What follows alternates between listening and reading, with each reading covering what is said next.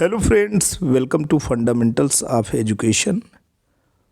दोस्तों, सांख्य दर्शन और इसका संदेश या शिक्षा उक्त विषयक एक वीडियो आपको प्रेषित कर चुका हूँ।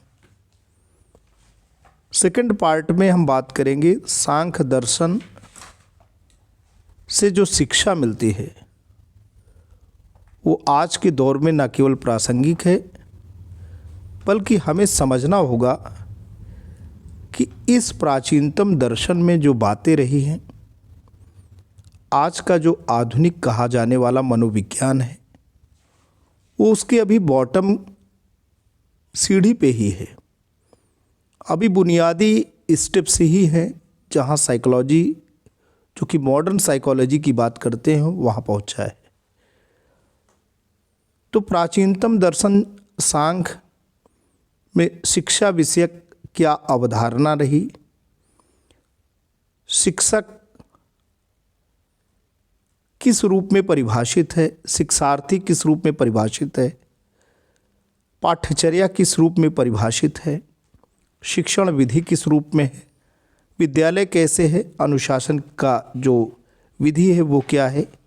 इस वीडियो में हम पूरी की पूरी बातें करेंगे। दोस्तों, चैनल पे अगर आप नए हैं, पहली बार विजिट कर रहे हैं, तो प्लीज़ लाइक, शेयर और सब्सक्राइब कर लें। हम शिक्षा विषयक नूतन जो विषय हैं, टॉपिक्स हैं, उस पर कंटेंट लेके आते रहेंगे और आपके शिक्षा जगत का जो भी ज्ञान है उसको बृहद गहन बनाते रहेंगे। बिना देर किए हम पार्ट 2 वीडियो में सांख्य दर्शन और सांख्य दर्शन क्या शिक्षा देता है उसके विषय में बात करने जा रहे हैं।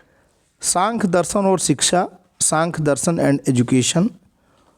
दोस्तों, सांख्य दर्शन का जो सिद्धांत है वो सत्कारवाद है। सत्कारवाद इस तथ्य में विश्वास करता है कि कोई भी जो कार्य है उसकी रूपरेखा पहले से ही निर्मित है। इसे इस प्रकार से समझें कि कार्य कारण में पहले से ही निहित होता है। जैसे किसी मूर्तिकार ने किसी मूर्ति का सृजन किया। एक मूर्तिकार है जो कि अपने प्रतिभा के दम पे बहुत ही खूबसूरत मूर्ति बनाता है।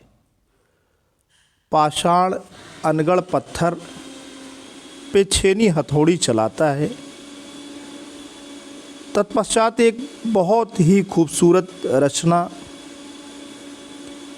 एक बहुत ही खूबसूरत मूर्ति जीवंत होती।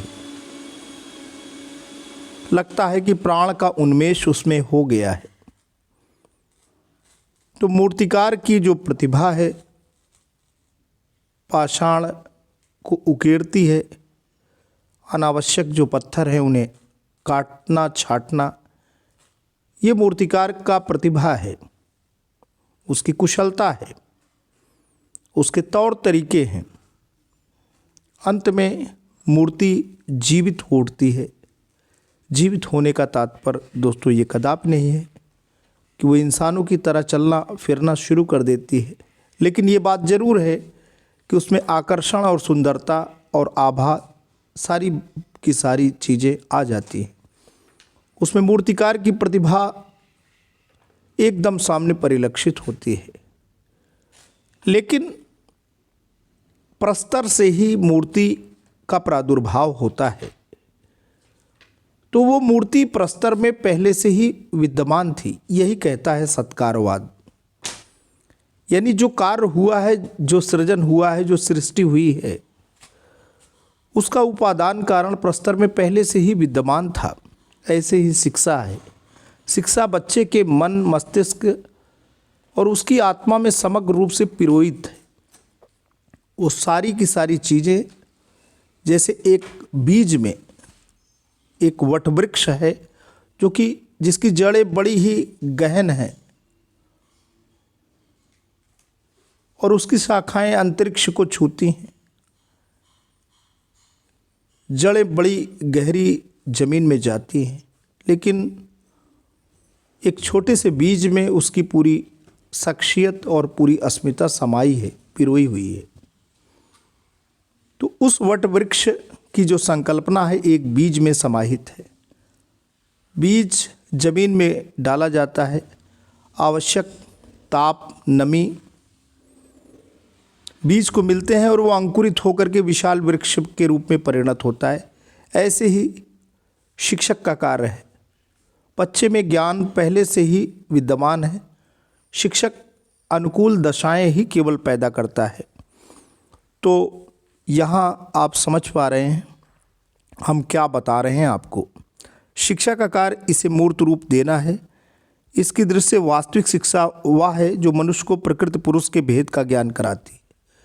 प्रकृति जो कि भौतिक सत्ता है, जो कि जड़ है, और प्रकृति के विपरीत पुरुष चेतना है। व्यक्ति के शरीर में उसकी ज्ञानेंद्रियां हैं, उसकी कर्मेंद्रियां हैं और नाना प्रकार के जो संगठक तत्व हैं, सब प्रकृति का ही स्वरूप है। लेकिन शरीर में जो क्रियाएं हैं, शरीर की जो हरकतें हैं, अगर शरीर में चेतना नहीं है तो आप उसकी कल्पना नहीं कर सकते। शरीर से प्राण तत्व निकल जाते हैं, शरीर निर्जीव हो जाता है, शरीर मुर्दा हो जाता है। तो चेतना का होना बहुत ही ज़रूरी है और वही चेतना पुरुष है। तो शिक्षा के उद्देश्य क्या है? सांख्य के अनुसार मनुष्य जीवन का अंतिम उद्देश्य मुक्ति है और वह मुक्ति प्रकृति पुरुष के भेद को जानने से प्राप्त होती है। शिक्षा का साध्य उद्देश्य है। यहाँ साधन और साध्य उद्देश्य की हम बात करेंगे। साध्य उद्देश्य दुख त्रय से छुटकारा है। जैसे कि पहले वीडियो में हमने आपसे वार्ता किया था कि आध्यात्मिक दुख, आदि भौतिक दुख और आदि दैविक दुख, 3 तरह के दुख हैं और इन तीनों तरह के दुखों से जो छुटकारा है वही शिक्षा का उद्देश्य है। और ये छुटकारा तभी मिलेगा जब प्रकृति और पुरुष के भेद का ज्ञान व्यक्ति को हो जाएगा। और साधन उद्देश्य क्या है? शारीरिक विकास का उद्देश्य यानी कर्मेंद्रियों, ज्ञानेंद्रियों एवं तन्मात्राओं का विकास होना चाहिए। मानसिक विकास का उद्देश्य क्या है? मन तत्व का विकास, विचार को ऊर्ध्वगामी बनाना। और भावात्मक विकास का उद्देश्य है अहंकार तत्व का विकास, अहम में सत की प्रधानता का विकास। बौद्धिक विकास का उद्देश्य बुद्धि तत्व का विकास, इसे इंद्रियों की दासता से हटाना, पुरुष की अनुभूति में संलग्न करना। और अंत में यहाँ पे जो बात हो रही नैतिक विकास का उद्देश्य सत्य, अहिंसा, अस्तेय, अपरिग्रह एवं ब्रह्मचर्य व्रतों और शौच, संतोष, तप, स्वाध्याय और प्राणिधान नियमों के पालन की ओर प्रवृत्त करना। इतना साधन का उद्देश्य है। शिक्षा की पाठ्यचर्या वो उद्देश्यों की प्राप्ति का साधन होती है। यह दर्शन मानव के भौतिक एवं आध्यात्मिक दोनों पक्षों को सत्य मानता है और दोनों के विकास को समान महत्व देता है। उसकी दृष्टि से पाठ्यचर्या में पदार्थ एवं आत्मा दोनों से संबंधित ज्ञान एवं क्रियाओं को स्थान देना चाहिए। इस दर्शन के अनुसार मनुष्य के विकास के क्रम के अनुसार भिन्न भिन्न आयु वर्ग के बच्चों के लिए भिन्न भिन्न पाठ्यचर्या होनी चाहिए। शिशुकाल कर्मेंद्रियों एवं ज्ञानेंद्रियों का विकास, इंद्रियों के विकास के लिए उचित पर्यावरण की आवश्यकता, बच्चों को खुले आकाश के नीचे खुली हवा में खेलने कूदने, दौड़ने उछलने का अवसर देना, इससे उनकी कर्मेंद्रियों का विकास होता है और तन्मात्राओं के अनुभव की शक्ति विकसित होती है। आधुनिक युग में इटली की डॉक्टर मॉन्टेसरी ने भी इस तथ्य पर बल देते हैं। बाल्यकाल, चाइल्डहुड आ गया। बच्चों की इंद्रियों के विकास के साथ उसके अंतःकरण का यहाँ तात्पर्य मन, अहम और बुद्धि है का विकास होने लगता है। अतः इंद्रियों के विकास एवं प्रशिक्षण के साथ मन, अहंकार, बुद्धि तत्व के विकास के लिए पाठ्यचर्या में भाषा, साहित्य, सामाजिक विषय, पदार्थ विज्ञान एवं गणित को स्थान देना चाहिए। सांख्य के अनुसार यदि बच्चों को उनके शिशुकाल, बाल्यकाल और किशोर काल में यथा विकास के उचित अवसर दिए जाएं तो युवा काल तक उनकी समस्त शारीरिक, मानसिक एवं बौद्धिक शक्तियों का विकास हो जाता है। तब उन्हें धर्म, दर्शन, तर्कशास्त्र आदि की शिक्षा देनी चाहिए, पदार्थ एवं आत्मज्ञान की शिक्षा देनी चाहिए। सांख्य अनेकात्मवादी दर्शन है, व्यक्ति की वैश्विकता का आदर करने वाला दर्शन है। अतः उसके अनुसार इस आयु वर्ग के बच्चों के लिए उनकी योग्यता, क्षमता एवं रुचि के अनुकूल विशेष अध्ययन की व्यवस्था भी होनी चाहिए, जैसे शरीर विज्ञान, आयुर्वेद विज्ञान एवं ज्योतिष शास्त्र। सांख्य शिक्षा अध्ययन की निरंतरता का पक्षधर है। योग के जिन 5 नियमों की चर्चा है उनमें एक स्वाध्याय भी है। जीवन भर स्वाध्याय करना चाहिए जब तक कि प्रकृति पुरुष के भेद का ज्ञान व्यक्ति जान न ले। स्वाध्याय के अलावा योग साधना भी जरूरी है ताकि आत्मा के वास्तविक स्वरूप की जानकारी हो सके। शिक्षण विधियाँ। ज्ञान वस्तु विशेष के गुणों के माध्यम से उत्पन्न होता है, अस्तु ये गुण बुद्धि पर आरोपित नहीं होती अपितु बुद्धि इन्हें ग्रहण करती है। तो जैसे व्यवहारवादी कहते हैं कि स्टिमुलस और रेस्पॉन्स का परिणाम होता है नॉलेज, उद्दीपन अनुक्रिया का जो संबंध होता है, वैसे ही सांख्य भी मानता है। लेकिन यहाँ पे जो नॉलेज होता है वो बाह्य जगत से बुद्धि ग्रहण करती है, जबकि सांख्य दर्शन में ज्ञान पहले से ही रहता है। और जो इंद्रियां जब पदार्थों को देखती हैं तो पदार्थ और इंद्रियों के बीच में जो अंतःक्रिया है, पहले से जो प्रसुप्त ज्ञान है वो बाहर निकलता है, यानी बाह्य से अंदर की ओर गति न होकर अंदर से बाहर की ओर होती है। ज्ञान प्राप्त करने के उपकरण। बाह्य उपकरण कर्मेंद्रिया एवं ज्ञानेंद्रियाँ, अंतः उपकरण मन अहंकार अहम एवं महत यानी बुद्धि और पुरुष आत्मा। ज्ञान प्राप्त के लिए भी जड़ यानी इंद्री मन अहंकार और बुद्धि तथा चेतन आत्मा का संयोग आवश्यक होता है। ज्ञान प्राप्त करने के साधन अथवा स्रोत 3 प्रमाण अथवा 3 स्रोत हैं, प्रत्यक्ष अनुमान और शब्द। प्रत्यक्ष यानी जो भी चीज़ें डायरेक्टली रिसीव होती हैं, अनुमान जो कि ज्ञात के आधार पे अज्ञात का अनुमान लगाया जाता है, और शब्द क्या है, शब्द से उसका तात्पर्य आप्त पुरुषों के वचनों से है, वेद को वह शब्द मानता है। 3 विधियां हैं, इसी आधार पर शिक्षण की 3 विधियां हैं, प्रत्यक्ष विधि, अनुमान विधि और शब्द विधि। प्रत्यक्ष विधि में इंद्रियों द्वारा अनुभूत ज्ञान। अब इंद्रियां पदार्थ से जब अंतःक्रिया करती हैं उसकी छाप मन पे जाती है, मन से अहंकार मजबूत होता है, और अहंकार का जो कंट्रोलिंग अथॉरिटी है वो बुद्धि है, और बुद्धि को जो कंट्रोल करता है वो आत्मा है। पदार्थ अथवा क्रिया, इंद्रियां, मन, अहंकार, बुद्धि, आत्मा, इसी क्रम में प्रत्यक्ष विधि के माध्यम से ज्ञान होता है। अनुमान विधि किसी पूर्व ज्ञान के आधार पर प्राप्त होने वाला ज्ञान।